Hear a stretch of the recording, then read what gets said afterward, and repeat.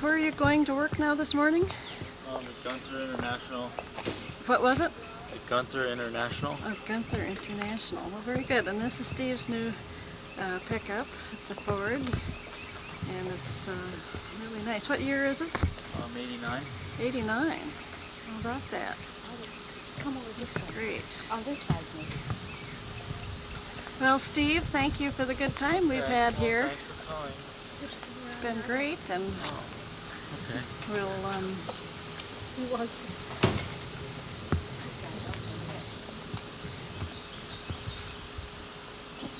Okay, give me that good smile. So, thanks.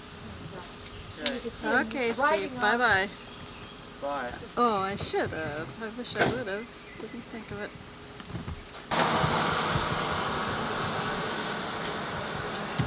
I bet he loves his pickup. Oh,